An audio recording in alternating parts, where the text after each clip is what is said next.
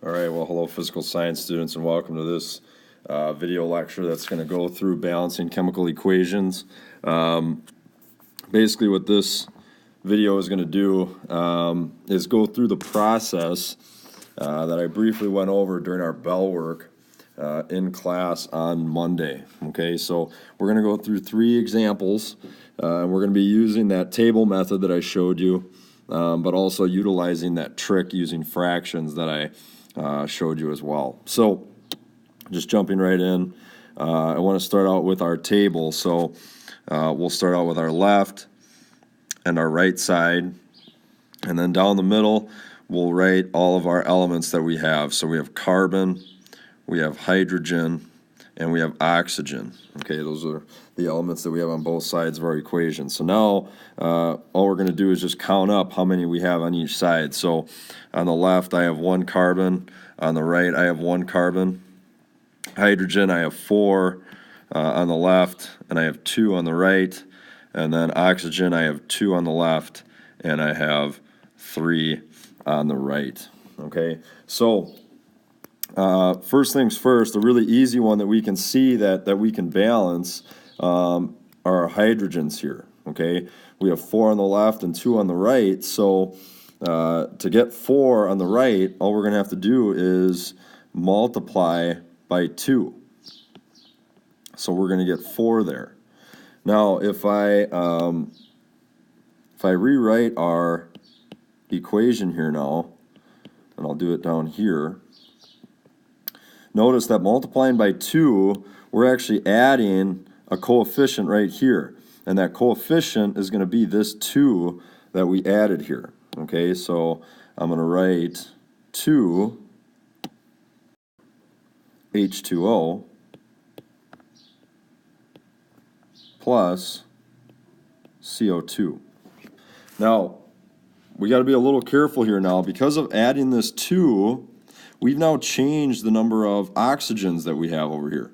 So now instead of just having 1 oxygen like we did in our original equation that was unbalanced, we now have 2 oxygens here, okay? And we have another 2 oxygens here. So basically what we did there is we added 1 oxygen to then get 4 oxygens, okay? So there's our new numbers on our right side. So now everything's good. We have carbon, hydrogen balance. We have to balance our oxygens now, okay? So now we have 4 oxygens on our right-hand side, but only 2 on our left. So we're going to do a similar thing like we did with our hydrogens. We're going to multiply our oxygens on the left by 2, okay? So now that 2 is going to be our coefficient right here. So I'm going to write that in, all right? And if we take a look now, we have 1 carbon, 1 carbon, 4 hydrogens, 4 hydrogens, and we have 4 oxygens and 4 oxygens. So we are fully balanced in this chemical equation. All right, our next equation here. So again, we're going to start out with our table. So on the left, and then on the right, and then we're going to write our elements that we have. So we have hydrogen, and we have oxygen. Okay, and now just counting those out, we have 2 hydrogens on the left, we have 2 hydrogens on the right, and then oxygens, we have 2 on the left, and we have 3 on the right. Okay, so hydrogens are balanced, okay, we're good there. However, our oxygens are putting us in a little bit of a predicament, okay? We have 2 over here, and we have 3 over here. Now, we could start guessing and checking, and, you know, we could get to the correct solution. However, here we can use that technique, that fraction technique that I told us about and that I briefly mentioned during our bell work. So if we wanted to get our oxygens balanced here, there's something very easy that we could do. We could just subtract 1 oxygen from our right-hand side. So I could say that we're going to take 3 minus 1 to get 2. But now in this equation, on our right side, how are we going to take 1 away? Well, again, whenever we have these diatomics, we can use fractions. Okay, we can essentially split that and make it just one oxygen. So I'm going to rewrite this down here. I'm going to say that on my right side I still have H2O2. And now on my left I have H2O2 plus, and now here's where the fraction comes in. I'm basically going to say that I have O2, but I'm going to be dividing it by 2. Okay, so if I have O2 divided by 2, that's basically just saying that I have O. Okay, now here's the deal. We don't want fractions in our chemical equations. Okay, that we don't want that. So to get rid of this 2, I can just multiply this side by 2, but whatever I do to one side of my equation, I have to do to the other. So how this is going to look then is I'm going to have this whole side multiplied by 2, and then this whole side multiplied by 2. So now rewriting that, I'm going to have 2 H2O, 2, and then on my right, I'm going to have 2 H2O plus O2. Okay, notice that my 2 here and my 2 here essentially cancel out. Okay, so those cancel out. Now let's make sure that this is balanced now. Okay, so if I count, I have 4 hydrogens on the left, I have 4 hydrogens on the right, and now I have 4 oxygens on the left, and I have 4 oxygens on the right. Okay, so when we use this fraction method, we can typically only use that if we have one of these diatomic molecules there. And what I mean by diatomic is that you can see here that it's just one type of element. Okay, this O2, it's just oxygen, but it's more than one atom bonded together to make a molecule.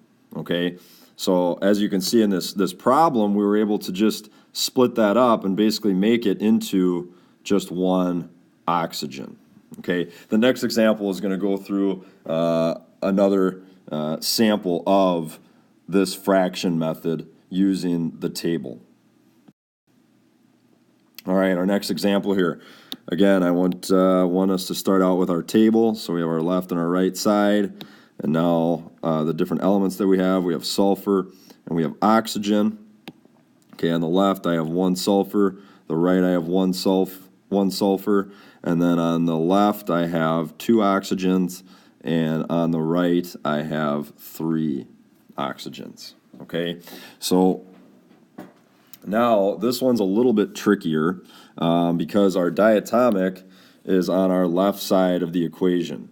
Okay, it's on our left side of the equation.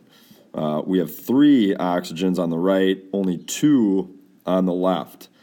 So what we want to do here is we want to try and make this easy to work with over here. To make this easy to work with, I want to just make it into 1 oxygen. So what I can do is I can just say, okay, what if we took one of those oxygens away? Well, that would give me 1 oxygen.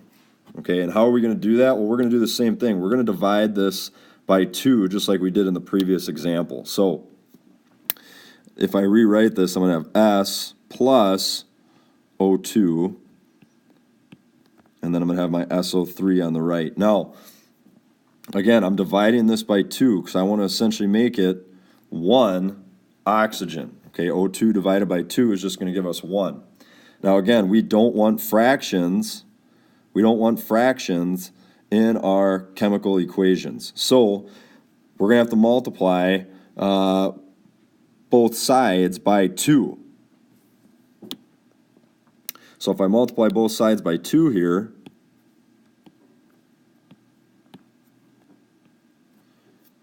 I'm going to get, let's see here, I'm going to get 2s plus O2, and then I'm going to have 2SO3.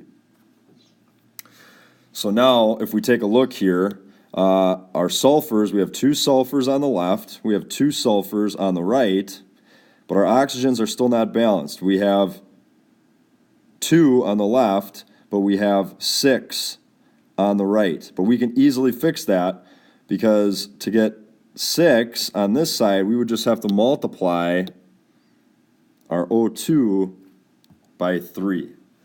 Okay, so now we have a fully balanced equation. We have 2 sulfurs on the left, 2 sulfurs on the right, 6 oxygens on the left, 6 oxygens on the right. Okay, so basically what we want to do is, typically when we're working with these, we want to make these diatomics easy to work with. Okay, and the best way to do that is to try and get them to be just one atom of that element. Okay, typically the diatomics are going to have oxygens or hydrogens. Okay, so you're either going to see an O2 or an H2. Okay, and then again, with those, we want to just make them as easy to work with as possible, and the easiest way to work with those is if we can turn them into just one atom of that element. So I hope this was helpful. If you still have questions, please let me know. You are going to see this stuff on the final, so please be prepared for that. Take care, physical science students.